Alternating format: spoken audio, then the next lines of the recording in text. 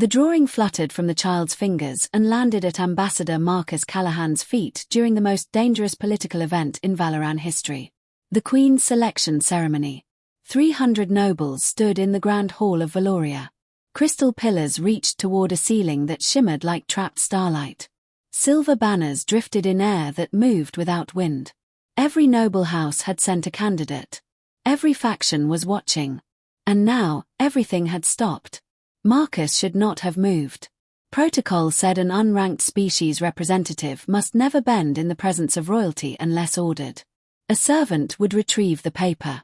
He would keep his eyes lowered. He would remain invisible. But the child was crying. Princess Valara's silver tears fell down her lavender cheeks, glowing softly as they hit the polished floor. Protocol in any galaxy could not make Marcus ignore a frightened child. He knelt. The hall gasped. He picked up the drawing. Crude wax lines. Bright colors. 5 figures. The tall one with the living crystal crown was unmistakably Queen Sarapin. The small winged child beside her was Princess Valara. 3 others stood close together. One of them was pale pink with brown hair. Human. Him. Silence crushed the hall. Then the Queen's voice cut through the air. You will explain why my daughter has drawn you as part of the royal family. Marcus stood slowly. 300 Valoran nobles stared at him. Their pale purple skin glowed softly. Their silver eyes reflected everything and revealed nothing. They were beautiful like glacier, elegant and capable of killing without effort. Your Majesty, Marcus said calmly, I do not know why she drew this. You have spoken to her, snarled Lord Catherine, the Queen's chief advisor. Twice. That is 2 times too many. Queen Sarapin raised one hand. Lord Catherine fell silent instantly. The Queen descended from her throne. Her crown was not metal but living crystal bonded to her skull at coronation. It pulsed faintly with her heartbeat. Valara, she said gently. The child approached, small wings trembling. Why did you draw the human in our family portrait? Princess Valara sniffed. Because he is kind, mother. The nobles shifted uneasily. He smiles at me when no one else does. He asks if I am sad. He sees me. The last 3 words echoed. He sees me. Marcus understood then. The court was full of politics. Factions. Power plays. Since the assassination of her consort 3 years ago, Queen Sarapin had ruled alone. Every noble wanted her to choose a new mate. Not for love. For control. Princess Valara was not just a child. She was leverage. Queen Sarapin studied Marcus for a long moment. The selection ceremony is postponed. Gasps spread across the hall like wildfire. Ambassador Callahan will dine with the royal family tonight. The dinner. The private dining chamber was smaller than Marcus expected. Real candles burned in shifting colors. Strange spices filled the air. Only 3 seats. Queen Sarapin. Princess Valara. Marcus. You may eat, the Queen said. Or does human biology require different sustenance? The food is fine, Your Majesty. She watched him carefully as he took a bite. You are the first human to dine privately with a Valoran monarch. Does this make you nervous? I have been nervous since I arrived on Valoria 6 months ago. One dinner does not change that. Something flickered in her silver eyes. Honest. That is rare. Princess Valara giggled. It was a soft sound. Almost forgotten. Tell me, the Queen continued, what did you say to my daughter? Marcus set down his utensil. I asked why she looked sad. She said she missed her father. I told her. I understand. The Queen's posture shifted slightly. You understand? My wife and daughter died 4 years ago. An accident. The words still hurt. Silence followed. You did not list this in your diplomatic records, the Queen said quietly. It did not seem relevant to trade agreements. No, she said. It did not. Princess Valara leaned forward. Can he tell a story? The Queen hesitated. Marcus waited. Finally, she nodded. Marcus told a simple story. About a lonely prince on a small star. About loving someone even when they are far away. About how what matters most cannot always be seen. By the end, Valara was asleep. Queen Sarapin was watching him differently. You are not what I expected, Ambassador. Neither are you, Your Majesty. For the first time, her lips almost curved. 3 weeks. Dinners became common. Princess Valara dragged Marcus through palace gardens filled with singing flowers and floating insects that wrote glowing patterns in the air. The Queen asked him difficult questions. Why do humans bond so deeply? Why become a diplomat after losing your family? Do you believe in destiny? One night, after Valara fell asleep in the study, Sarapin stood near a window filled with stars. In our faith, she said softly, life is already woven. Every event planned by the void. Do you still believe that? Marcus asked. I believed it before my consort was murdered. Before my daughter became a political prize. She turned toward him. In private, when my daughter sleeps, you may call me Sarapin. He blinked. I have not spoken honestly to anyone in 3 years, she continued. Everyone wants something from me. I want nothing, Marcus said. That, she replied, is precisely why you are dangerous. The accusation. 1 week later, Lord Catherine made his move. Marcus stood again in the Grand Hall. This time as a criminal. Fabricated evidence claimed he had sent Valoran defense secrets to a rival species. The nobles demanded punishment. Death, Lord Catherine declared dramatically. Or exile. Queen Sarapin looked down from her throne. Ambassador Callahan, do you speak in your defense? Marcus looked around. They had already decided. Only this, he said calmly. I would never harm you or your daughter. Whatever you decide, I hope you know that. The hall erupted in whispers. Lord Catherine sneered. You see. Emotional manipulation. Enough, Queen Sarapin said. Silence fell instantly. I have reviewed the evidence. It is false. Shock rippled across the chamber. And I have evidence of my own, she continued. Lord Catherine fabricated this accusation to force my selection. The Queen descended the steps slowly. Lord Catherine is guilty of conspiracy against the crown. Chaos exploded. Guards seized nobles. Confessions poured out. Lord Catherine screamed as he was dragged away. Through it all, Sarapin stood beside Marcus. When the hall finally emptied, she turned to him. You could have fought harder, she said quietly. Would it have mattered? No. She stepped closer. But you did not know I would protect you. I hoped, he said. Her silver eyes searched his face. Why? Because you are not cold. You are afraid. Afraid of losing anyone else. Silence. Then she took his hand. Come, she whispered. Valara has been crying since the accusation began. The assassination. 2 months later, Marcus was in the palace garden with Valara. She was teaching him Valoran words. He heard it before he saw it. A faint whistle. Instinct moved faster than thought. He threw himself over her. Pain exploded through his shoulder. Guards shouted. Valara screamed. Marcus held her tight. You're safe, he whispered. Darkness took him. The awakening. He woke in a medical chamber. Queen Sarapin sat beside him. No crown. No royal robes. Just a woman who had not slept. You were unconscious for 3 days, she said. The weapon was designed for Valoran biology. It nearly killed you. Valara. Unharmed. Because of you. Her voice broke. You almost died protecting my daughter. She's just a child. She is not your child. Marcus swallowed. I couldn't save mine, he whispered. But I could save yours.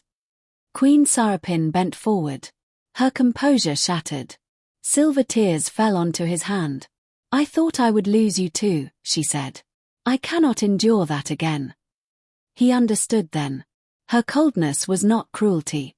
It was fear. A small blur rushed into the room. Valara climbed onto the bed carefully. You're awake, she cried. I stayed outside. Marcus smiled weakly. I'm not going anywhere. The Queen looked at her daughter. Valara, she said softly, would it trouble you if I considered bonding with Ambassador Callahan? Valara's eyes widened. Then she grinned brightly.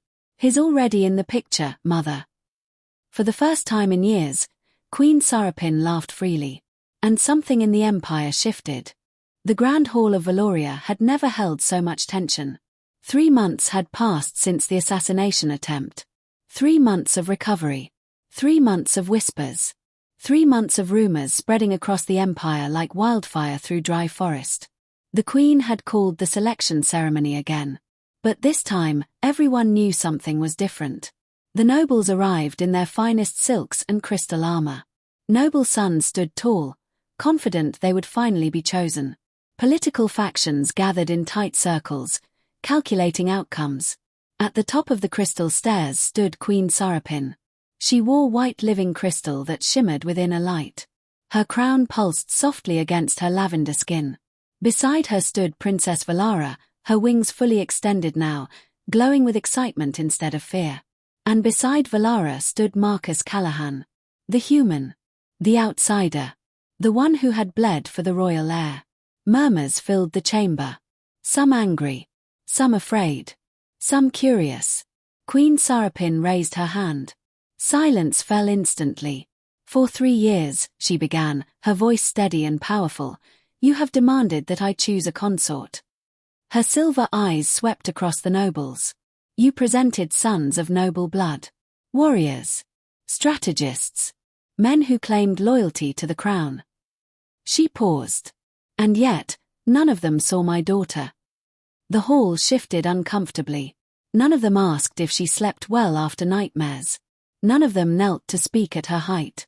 None of them treated her as a child. Her gaze hardened. They treated her as a throne. The words struck like weapons. Then she turned slightly. Marcus Callahan of Earth. Gasps exploded through the crowd. A human. Someone hissed. Primitive. Unranked. Sarapin continued without hesitation.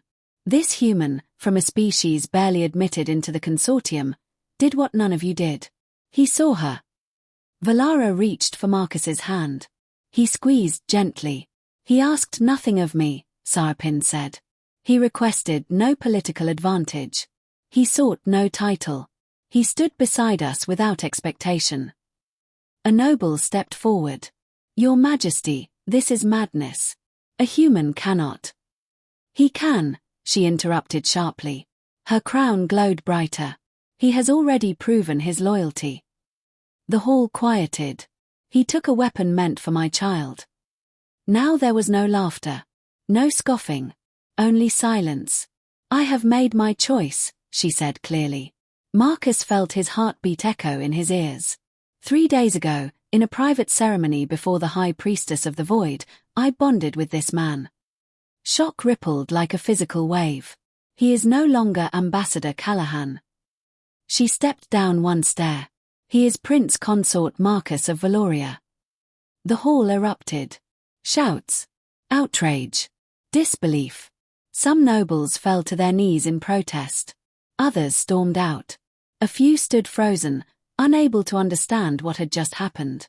Marcus barely heard them. He was looking at her. His wife. His partner. His second chance at life. She turned toward him slightly. They are not pleased, he murmured quietly. They will adapt, she replied. Or they will be replaced. Then, softer, only for him. Are you afraid? Marcus thought of Earth. Of graves in the rain. Of arriving on Valoria hollow and empty. I was, he said. Not anymore. The political storm. The next weeks were chaos. Several noble houses publicly rejected the union. 2 attempted to withdraw military support from the crown. 1 openly called for rebellion. They underestimated something important. They underestimated humanity. Earth had entered the consortium quietly, peacefully. Many saw humans as soft. But humans were not soft. They endured. They adapted. And when threatened, they stood together. When news of the assassination attempt and the Queen's choice reached Earth, The human response was immediate. Not warships. Not threats. Support. Medical teams volunteered to assist Valoran cities. Engineers offered new shield designs to improve palace defenses. Cultural exchanges increased. Trade proposals doubled. Human citizens flooded Valoran networks with one message: protect the family.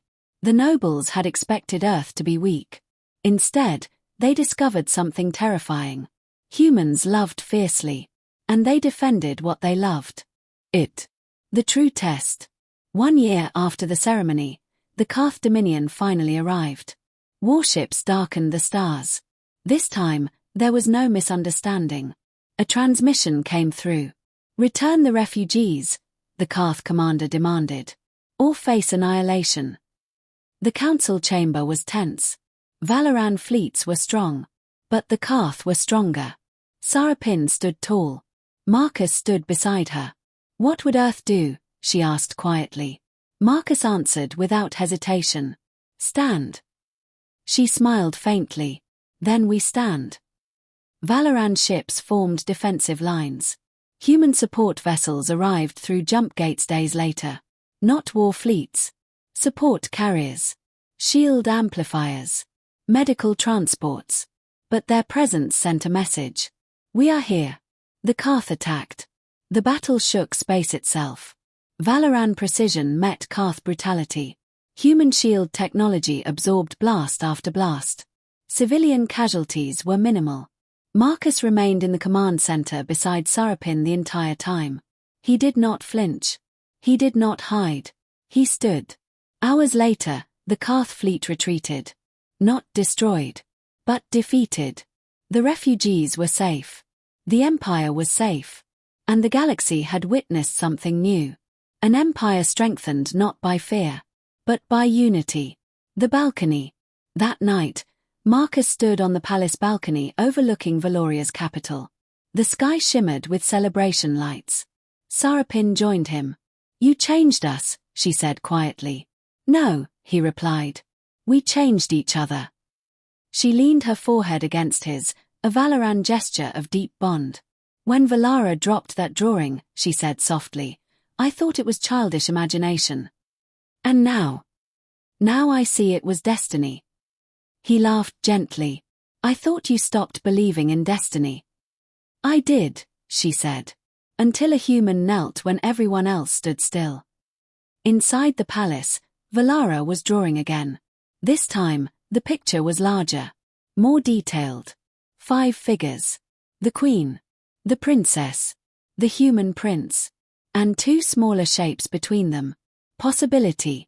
Future. Hope. Marcus looked at the stars.